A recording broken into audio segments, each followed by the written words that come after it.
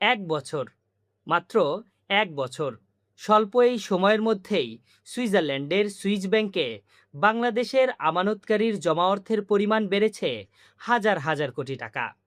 একবার ভাবুন তো, দেশে ডলার সংকট, রিজার্ভ নিয়ে উদ্বেগ, ব্যবসায়ীরা এলসি খুলতে রীতিমতো হিমশিম খাচ্ছে। আর ঠিক এ সময়ই বিদেশি একটি ব্যাংকে বাংলাদেশের আমানতকারীদের জমা অর্থের পরিমাণ প্রায় 4,000 কোটি টাকা বেড়ে গেছে। তথ্য বলছে 2025 সালের শেষ নাগাদ বাংলাদেশি আমানতকারীদের জমা অর্থের পরিমাণ দাঁড়িয়েছে 12,678 কোটিতে।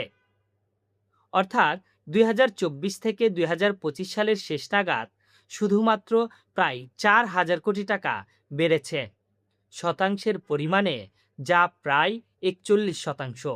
এখন একটাই প্রশ্ন উঠছে, এত টাকা কার অ্যাকাউন্টে জমা হলো?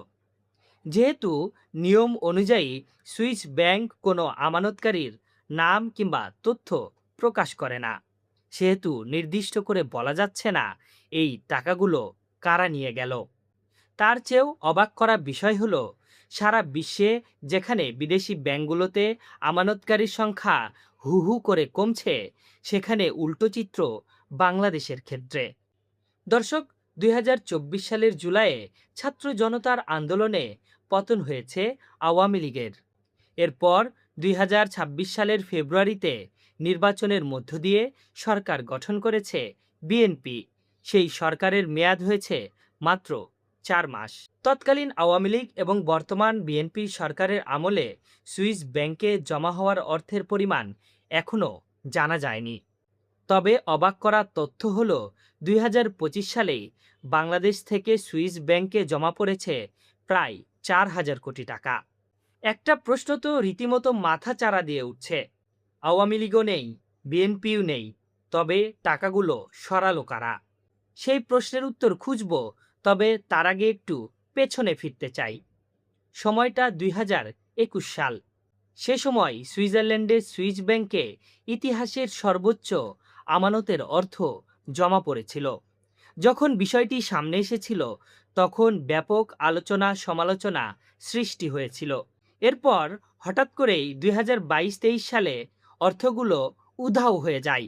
অনেকেই সে সময় ভেবেছিল বাংলাদেশিদের মধ্যে অর্থ পাচারকারীদের সংখ্যা কমে এসেছে, কিন্তু সেই সংখ্যাটা হঠাৎ করেই 2024 সালে আবারও বেড়ে যায়, যা 2025 সালে এসে বড় একটা লাফ দেয়।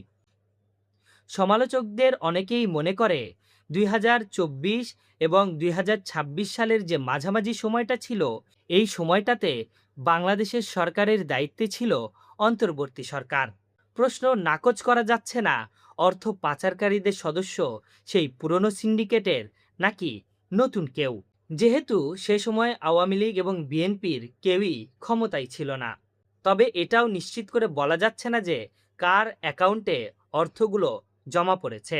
তবে অর্থনীতিবিদদের মতে এই অর্থের কিছু অংশ বৈধ, কিছু অংশ প্রবাসীরা জমা করতে পারে, আর কিছু অংশ ব্যাংকগুলো জমা করতে পারে।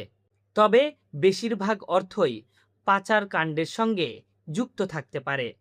পুরনো সিন্ডিকেটের সদস্যরাই আবার মাথাচাড়া দিয়ে উঠেছে কিনা, নাকি নতুন কোনো সিন্ডিকেটের প্রভাবশালী সদস্য পেছন থেকে সব কলকাঠি নাড়ছেন, সেটিও সাধারণ মানুষের মনে প্রশ্ন জাগিয়েছে।